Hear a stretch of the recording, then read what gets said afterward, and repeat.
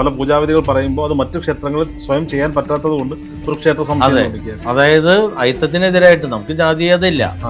ക്രിസ്ത്യാനി പൂജാരിയുണ്ട്. അപ്പൊ അവിടെ ഭഗവാന് ക്രിസ്ത്യാനി പൂജാരിയുണ്ട്. ഉദയത്തിന് മുമ്പ് എല്ലാ ക്ഷേത്രങ്ങളും തുറന്നിട്ടുണ്ടാവും. തുറന്നു കഴിഞ്ഞാൽ ഓരോ കോവിലുകൾക്കും ഓരോ പൂജാരിമാരാണ്. ഓരോ കോവിലുകൾക്കും ഓരോ പൂജാരിമാർ. തുറന്നു കഴിഞ്ഞാൽ പിന്നെ രാത്രി വൈകും വരെ ക്ഷേത്ര നട ഒരു സമയത്ത് പോലും അടയ്ക്കില്ല. നിവേദ്യ സമയത്ത് നട അടയ്ക്കാൻ പാടില്ല.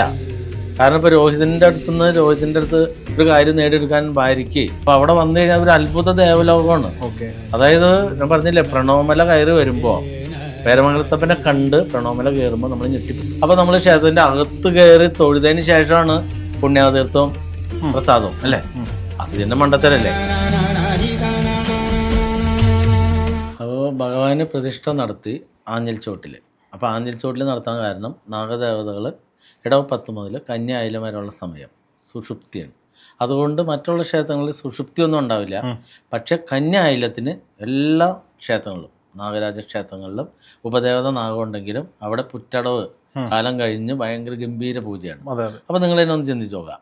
അപ്പോൾ മയങ്ങിയാലല്ലേ ഉണർന്നു വരാൻ പറ്റുള്ളൂ. അപ്പോൾ അവർ മയക്കുന്നില്ല. മയക്കാത്ത എന്തുകൊണ്ടാ? നമ്മൾ മയക്കി കഴിഞ്ഞാൽ പിന്നെ 100 മരുന്ന് നടത്താൻ പറ്റില്ല, തളിച്ചുകൊടുക്കൽ പൂജ നടത്താൻ പറ്റില്ല. അപ്പോൾ പൂജകൾ കുറയും, വരുമാനം കുറയും. അതുകൊണ്ട് പണ്ട് പലരും ഈ മയക്കമൊക്കെ ഉണ്ടായി. കാലം കഴിയും തോറും മയക്കൊന്നുമില്ല, ഫുള്ള് എഴുന്നേറ്റിരിക്കുകയാണ്. പക്ഷെ കന്യ ആയില്യത്തിന് അത് ഗംഭീരത. നമുക്കങ്ങനെയല്ല. ഇടവ 10 ഭഗവാൻ സുഷുപ്തിയിലേക്ക് പോകും. ഭഗവാൻ മാത്രമല്ല, പ്രണവമലയിലെ മറ്റ് 4 നാഗദേവതകൾ. അപ്പോൾ 5 പേരും സുഷുപ്തിയിലേക്ക് പോകും. ആ സമയത്ത് നമുക്ക് വരുമാനത്തിന് കുഴപ്പമില്ല, നമ്മുടെ ഫോളോവേഴ്സിന് കുഴപ്പമില്ല. കാരണം അവർ 100 മലിന് പകരം ധൂമ നിവേദ്യം നടത്തും. പിന്നെ തളിച്ചുകൊടുക്കൽ പൂജ അത് നമ്മുടെ ക്ഷേത്രത്തിൽ മാത്രമേ ഉള്ളൂ. അതായത് ഭഗവാന്റെ ശരീരത്തിലേക്ക് തന്നെ. ഈ 100 പാലും തയ്യാർ ചെയ്യുന്നത് ഭക്തരാണ്. അപ്പം നമ്മുടെ ക്ഷേത്രത്തിൽ നിലവറയിൽ കയറാൻ പറയുമ്പോൾ തന്നെ പലർക്കും പേടി. നിങ്ങൾ കയറാൻ പാടുണ്ടോ? കാരണം ഭഗവാന്റെ അടുത്ത് എല്ലാവരും തുല്യരാണ്. നിങ്ങൾ ധൈര്യമായിട്ട് കയറാം. കയറി വന്നു കഴിഞ്ഞ് ഇനി 100 പാലും തയ്യാർ ചെയ്യാൻ പറയുമ്പോൾ ഞങ്ങൾ തൊടാൻ പാടുണ്ടോ? നിങ്ങൾ തൊട്ടെന്താ കുഴപ്പം? നിങ്ങളല്ലേ ഭക്തര്, ഭക്തിയുള്ളവർ ചെയ്യണം. ഉക്തമാം വിധം കർമ്മം ഭക്തിയുള്ളവർ ചെയ്യണം എന്നാണ് നമ്മുടെ പ്രമാണം. ഭക്തിയോടുകൂടി ചെയ്യണം. അല്ലാതെ പൂജാരി വേഷം കെട്ടി വന്നിട്ട് മാത്രം കാര്യമില്ല. ഭക്തി മനസ്സിൽ വേണം. അല്ലാത്തവൻ ചെയ്താൽ ഭഗവാനെ വെക്കില്ല. അപ്പം നിങ്ങൾ ചെയ്താൽ, നിങ്ങൾക്കല്ലേ ഇത് ആവശ്യം, അതുകൊണ്ട് നിങ്ങൾ ചെയ്താൽ അത് ഫലിക്കും. ഭഗവാനെ ഏറ്റവും ഇഷ്ടം. അപ്പോൾ 100 മാല അവരെ കൊണ്ട് തയ്യാർ ചെയ്യും. അവസാനം നമ്മളെല്ലാ ഓരോരുത്തരുടെ പേരിലും ദേവതയുടെ മുമ്പിൽ 100 മാലും പേര് നാളും പറഞ്ഞാൽ ചെയ്യണം. മറ്റുള്ളടത്ത് 7 ഇലയിൽ, അതായത് ഒരു സൈഡിൽ 7, അല്ല ചിലർ മൊത്തത്തിലൊരു 7 കന്നിപ്ലാവലുണ്ടാവും, ചിലർ 2 സൈഡിൽ 7 ഉണ്ടാവും. ഈ 14 ഇലയിൽ ഈ ലോകത്തുള്ള എല്ലാവരെയും 100 മാല അവർ നടത്തും. നമുക്ക് അങ്ങനെയല്ല. ഓരോ ആൾക്കും 100 മാലും ഓരോ കന്നിപ്ലാവലിൽ ചെയ്യും. കാരണം ഇപ്പോൾ രോഹിതനാണെങ്കിൽ രോഹിതൻ്റെ പേരിൽ, ഭാര്യയ്ക്ക് അങ്ങനെ സെപ്പറേറ്റ്. അപ്പോൾ നമുക്കിതെല്ലാം ടൈമിംഗ് ആണ്. നമ്മുടെ പൂജ പെട്ടെന്ന് തീരില്ല. ഇപ്പോൾ ഞങ്ങൾ ആയില്യത്തിനൊക്കെ ദക്ഷിണ സമർപ്പിച്ച് തളിച്ചു കൊടുക്കൽ പൂജ അവസാനം 100 മാലും തളിച്ചു കൊടുക്കുന്നതിന് മുമ്പ് അത് തന്നെ ഒരു 2-3 മണിക്കൂർ ഈ 100 മാലും ചെയ്യുന്നതിന് ഒരുപാടുണ്ടാവും. അവസാനം ഈ ഭക്തൻ സമർപ്പിച്ച 100 മാലും ഭഗവാനിലേക്ക് തളിച്ചു കൊടുക്കും. അങ്ങനെയാണ് പൂജ. അപ്പോൾ സുഷുപ്തി സമയത്ത് തളിച്ചുകൊടുക്കൽ 100 മാലും ഉണ്ടാവില്ല. പകരം ഹരിദ്രഹോം, ധൂമ നിവേദ്യം, അത് ഒരെണ്ണം 50 രൂപ, ആഴ്ചയിൽ ഒരെണ്ണം വെച്ച് 4 ആഴ്ച, പിന്നെ ആയില്യത്തിന് അപ്പോൾ 5 ആയി. അപ്പോൾ 250 രൂപ. നമ്മുടെ അടുത്ത് 100 മാലിൽ 250 രൂപ തന്നെ. അപ്പോൾ ചിലർ നമ്മുടെ അടുത്ത് 100 മാലിനും പൈസ കൂടുതലാണ്. ഈ ലോക്കൽ ക്ഷേത്രങ്ങളിലൊക്കെ ആയില്യ പൂജ എന്ന് പറഞ്ഞാൽ 50 രൂപ. അതിന് അവർക്ക് ഇത് എന്താണെന്ന് അറിഞ്ഞുകൂടല്ലോ. ഇത്തിരി മഞ്ഞപ്പൊടി വെച്ചിട്ട് ഈ 100 മാലിന് ദ്രവ്യം ഉണ്ടാക്കുന്നതിലൊക്കെ പ്രാധാന്യമുണ്ട്. അടയ്ക്കാൻ വരച്ചൊട്ട വേണം, അങ്ങനെ കുറേ അതിൻ്റെ വേറെ കദളിപ്പഴം വേണം. അപ്പോൾ അതെല്ലാം കണക്കൂട്ടിയാണ് നമ്മൾ ചെയ്യണം. പിന്നെ അതുകൂടാതെ ഹരിദ്രഹോമം എന്ന് പറഞ്ഞാൽ, ഈ ഹരിദ്രം എന്ന് പറഞ്ഞാൽ എൻ്റെ അർത്ഥം അറിയോ? ഹരിദ്രഹോമം എന്ന് പറഞ്ഞാൽ മഞ്ഞളാണ്. ഹരിദ്രം മഞ്ഞൾ പൊടിച്ച്, ആ മഞ്ഞൾപ്പൊടി കൊണ്ട ഹോമം. അതിൻ്റെ കാരണം ഭഗവാൻ സുഷുപ്തിയിലാണ്. അപ്പോൾ നാഗങ്ങളുടെ, സർപ്പങ്ങളുടെ, ഈ സർപ്പവും നാഗവും രണ്ടാന്ന് പറയുന്നുണ്ട്, വൈഷ്ണവും ശൈവവും. അപ്പോൾ നാഗദേവതകൾ സുഷുപ്തിയിലേക്ക് പോകും. അല്ലെങ്കിൽ അവരുടെ ഭക്ഷണം വായുവാണ്. അപ്പോൾ അവർ മയക്കത്തിലേക്ക് പോകുമ്പോൾ ഈ മഞ്ഞൾ കലർന്ന ആ വായുഗന്ധം വലിക്കുമ്പോൾ നമുക്ക് ഉണർന്നിരിക്കുന്നതിനേക്കാൾ കൂടുതൽ ഗുണം കിട്ടും. അതുകൊണ്ട് ധൂമ നിവേദ്യം, ഹരിദ്രഹോമം ഈ 4 മാസം മറ്റേതിനേക്കാളും ഡബിൾ പവറാണ്. അപ്പോൾ അതിനു വേണ്ടി വെയിറ്റ് ചെയ്യുന്ന ആളുകളുണ്ട്.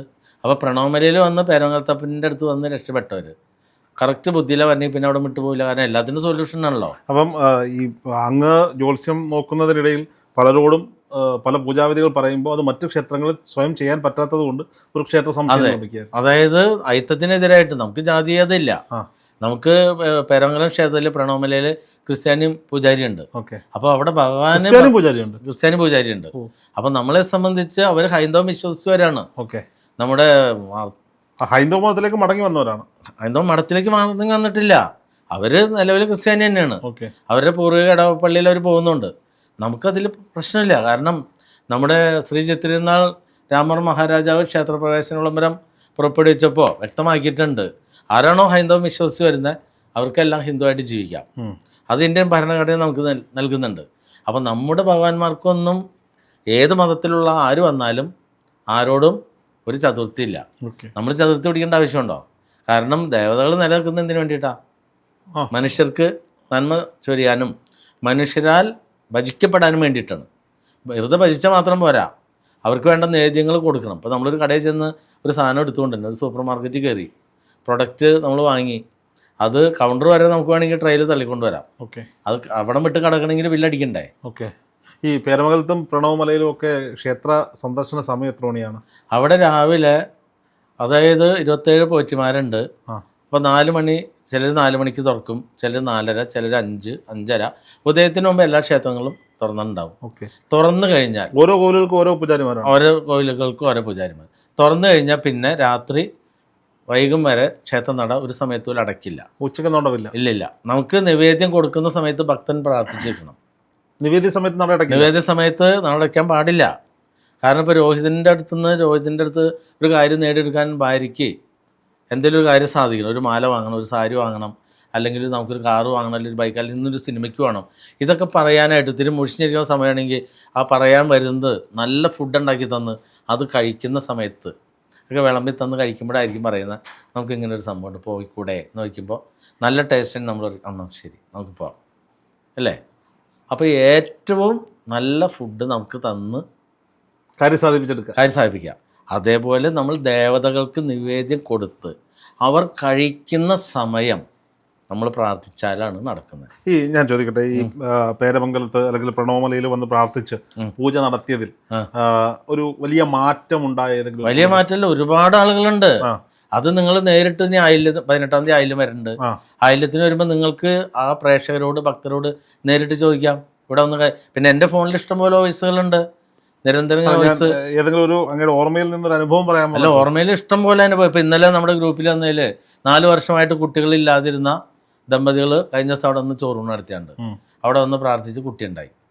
അതുപോലെ വിവാഹങ്ങൾ, ജോലികൾ, അങ്ങനെ പഠിക്കുന്ന കുട്ടികൾ. ഇപ്പോൾ നമുക്ക് 18-ാം തീയതി ആയില്യത്തിന് കുട്ടികൾക്ക് സ്കോളർഷിപ്പ് കൊടുക്കുന്നുണ്ട് നമ്മുടെ ക്ഷേത്രത്തിൽ, അല്ലെങ്കിൽ ഇത് കൊടുക്കുന്നുണ്ട് അനുമോദനം.